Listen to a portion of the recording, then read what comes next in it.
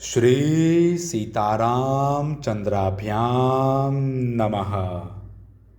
किष्किंधा कांड 43वां सर्ग। सुग्रीव का उत्तर दिशा के स्थानों का परिचय देते हुए शतबली आदि वानरों को वहां भेजना। इस प्रकार अपने ससुर को पश्चिम दिशा की ओर जाने का संदेश दे सर्वज्ञ सर्व वानर शिरोमणि वानरेश्वर राजा सुग्रीव अपने हितैषी शतबली नामक वीर वानर से श्री रामचंद्र जी के हित की बात बोले।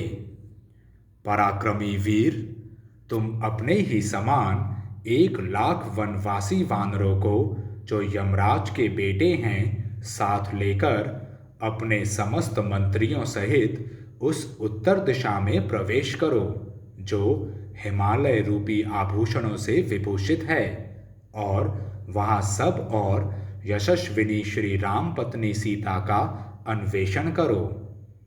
अपने मुख्य प्रयोजन को समझने वाले वीरों में श्रेष्ठ वानरों, यदि हम लोगों के द्वारा दशरथ नंदन भगवान श्री राम का यह प्रिय कार्य संपन्न हो जाए तो हम उनके उपकार के ऋण से मुक्त और कृतार्थ हो जाएंगे।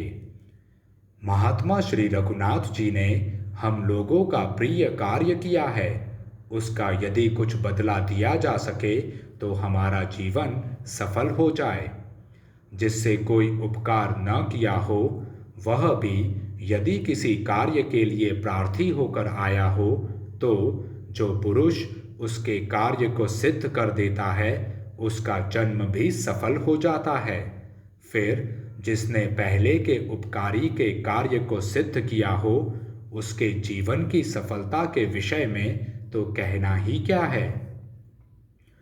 इसी विचार का आश्रय लेकर मेरा प्रिय और हित चाहने वाले तुम सब वानरों को ऐसा प्रयत्न करना चाहिए जिससे जनक नंदिनी सीता का पता लग जाए।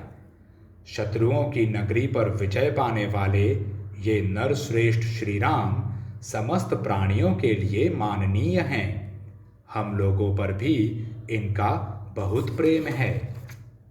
तुम सब लोग बुद्धि और पराक्रम के द्वारा इन अत्यंत दुर्गम प्रदेशों, पर्वतों और नदियों के तटों पर जा जाकर सीता की खोज करो।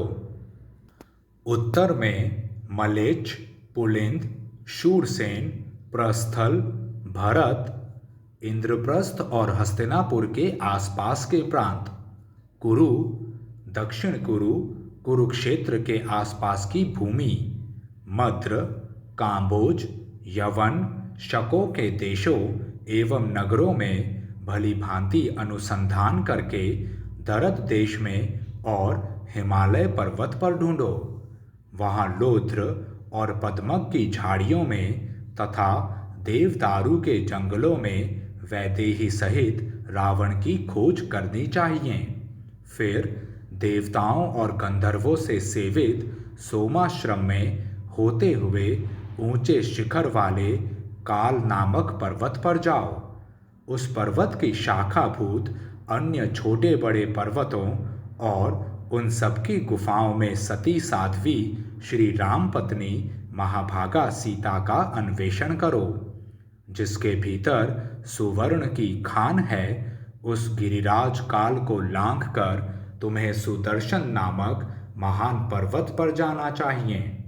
उससे आगे बढ़ने पर देवसख नाम वाला पहाड़ मिलेगा जो पक्षियों का निवास स्थान है। वह भांति भांति के विहंगमों से व्याप्त तथा नाना प्रकार के वृक्षों से विभूषित हैं। उसके वन समूहों, निर्झरों और गुफाओं में तुम्हें विदेह कुमारी सीता सहित रावण की खोज करनी चाहिए। वहां से आगे बढ़ने पर एक सुनसान मैदान मिलेगा जो सब ओर से 100 योजन विस्तृत है। वहां नदी, पर्वत, वृक्ष और सब प्रकार के जीव जंतुओं का अभाव है। रोंगटे खड़े कर देने वाले उस दुर्गम प्रांत को शीघ्रतापूर्वक लांघ जाने पर तुम्हें श्वेत वर्ण का कैलाश पर्वत मिलेगा। वहां पहुंचने पर तुम सब लोग हर्ष से खिल उठोगे। वहीं विश्वकर्मा का बनाया हुआ कुबेर का रमणीय भवन है, जो श्वेत बादलों के समान प्रतीत होता है। उस भवन को जाम्बुनत नामक सुवर्ण से विभूषित किया गया है। उसके पास ही एक बहुत बड़ा सरोवर है, जिसमें कमल और उत्पल प्रचुर मात्रा में पाए जाते हैं। उसमें हंस और कारंडव आदि जल पक्षी भरे रहते हैं तथा अप्सराएं उसमें जल क्रीड़ा करती हैं।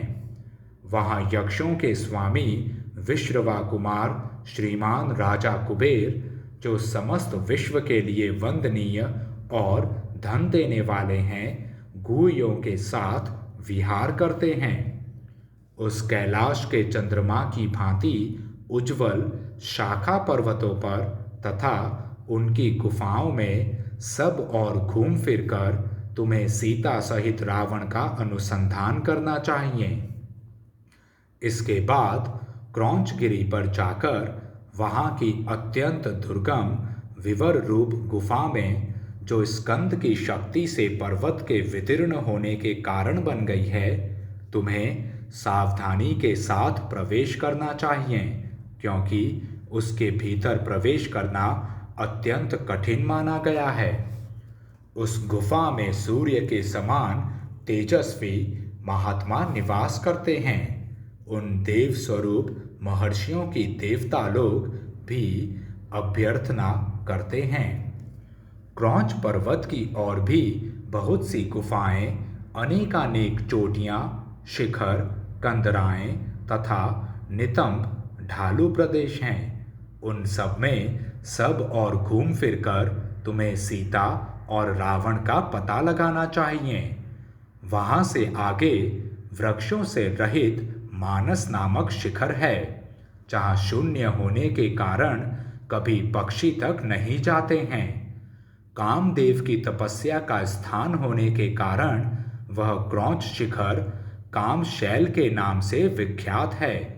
वहाँ भूतों, देवताओं तथा राक्षसों का भी कभी जाना नहीं होता है। शिखरों, घाटियों और शाखा पर्वतों सहित समूचे क्रौंच पर्वत की तुम लोग छानबीन करना। क्रौंचगिरी को लांघकर आगे बढ़ने पर मैनाक पर्वत मिलेगा।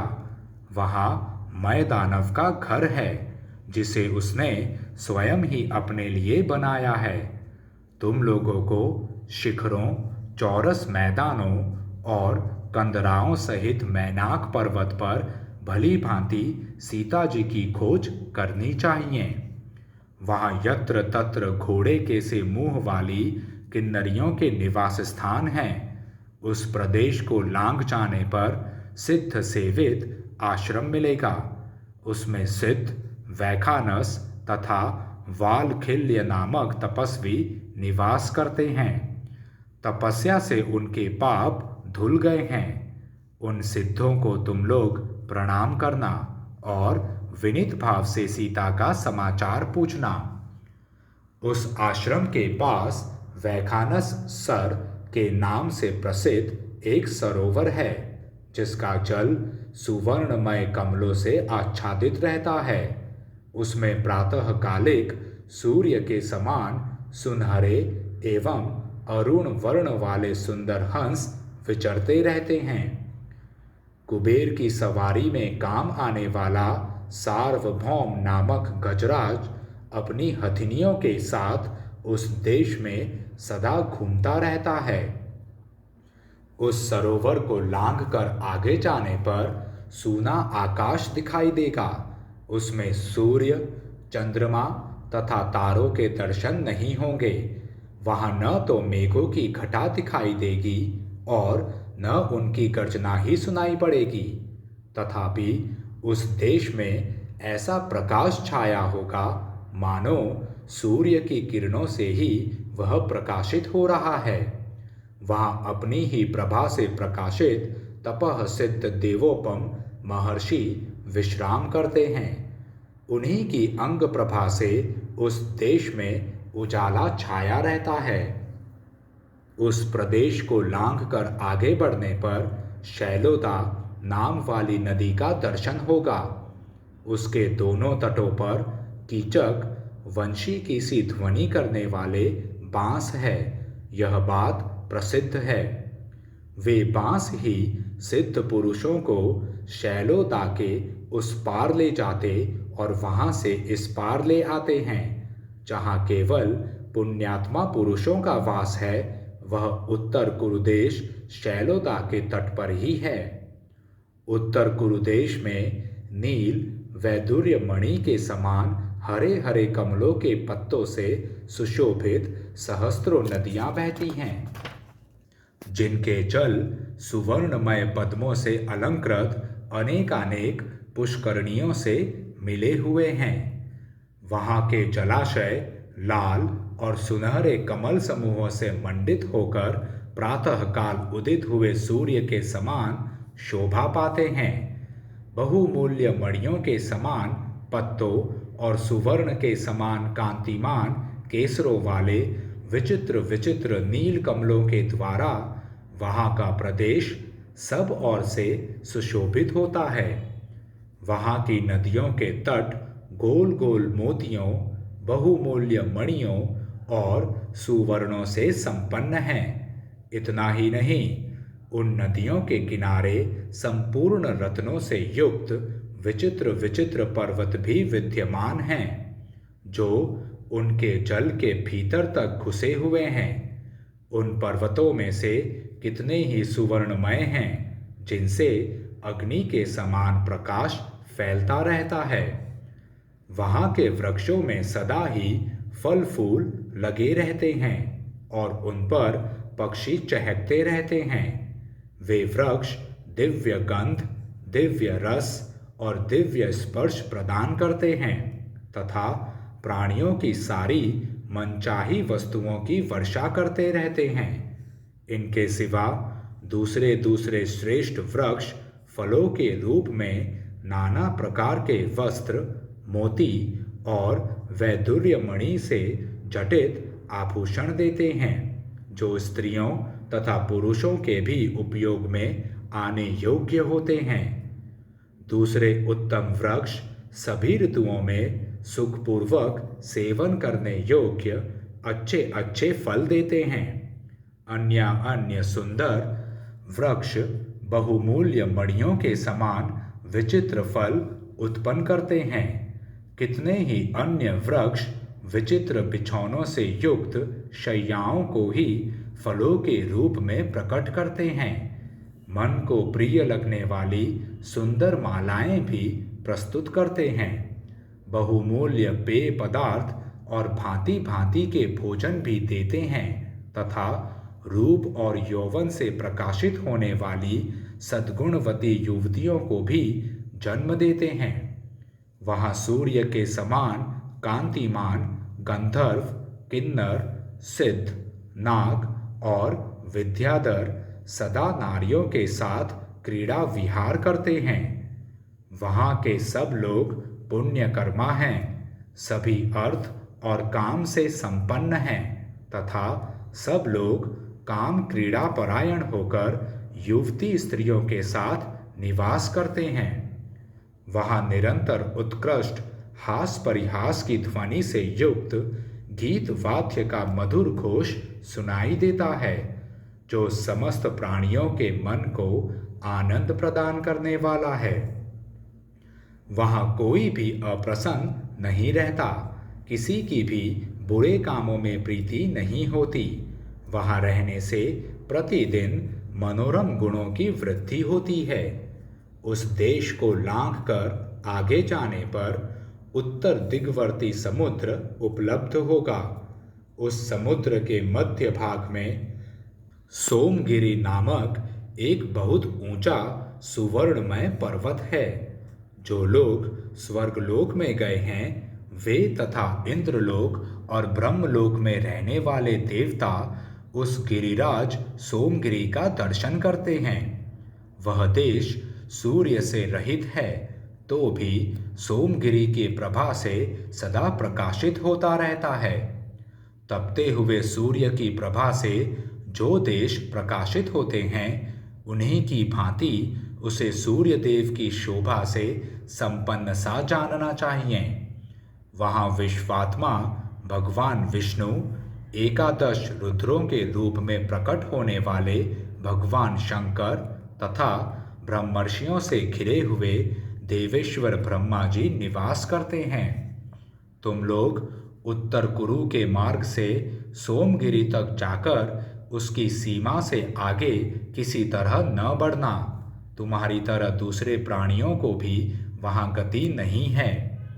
वह सोमगिरी देवताओं के लिए भी दुर्गम है, अतः उसका दर्शन मात्र करके तुम लोग शीघ्र लौट आना। श्रेष्ठ वानरों, बस उत्तर दिशा में इतनी ही दूर तक तुम सब वानर जा सकते हो। उसके आगे न तो सूर्य का प्रकाश है और न किसी देश आदि की सीमा ही, अतः आगे की भूमि के संबंध में मैं कुछ नहीं जानता। मैंने जो जो स्थान बताए हैं उन सब में सीता की खोज करना, और जिन स्थानों का नाम नहीं लिया है वहाँ भी ढूंढने का ही निश्चित विचार रखना। अग्नि और वायु के समान तेजस्वी तथा बलशाली वानरों, विदेह नंदिनी सीता के दर्शन के लिए तुम जो जो कार्य या प्रयास करोगे, उन सबके द्वारा दशरथ नंदन भगवान श्री राम का महान प्रिय कार्य संपन्न होगा तथा उसी से मेरा भी प्रिय कार्य पूर्ण हो जाएगा। वानरों, श्री रामचंद्र जी का प्रिय कार्य करके जब तुम लौटोगे, तब मैं सर्वगुण संपन्न एवं मनो अनुकूल पदार्थों के द्वारा तुम सब लोगों का सत्कार करूँगा। तत्पश्चात तुम लोग शत्रुहीन होकर अपने हितैषियों और बंधु बांधवों सहित कृतार्थ एवं समस्त प्राणियों के आश्रयदाता होकर अपनी प्रियतमाओं के साथ सारी पृथ्वी पर सानंद विचरण करोगे। इस प्रकार श्री वाल्मीकि निर्मित आर्ष रामायण आदि काव्य के किष्किंधा कांड में 43वां सर्ग पूरा हुआ। जय श्री राम।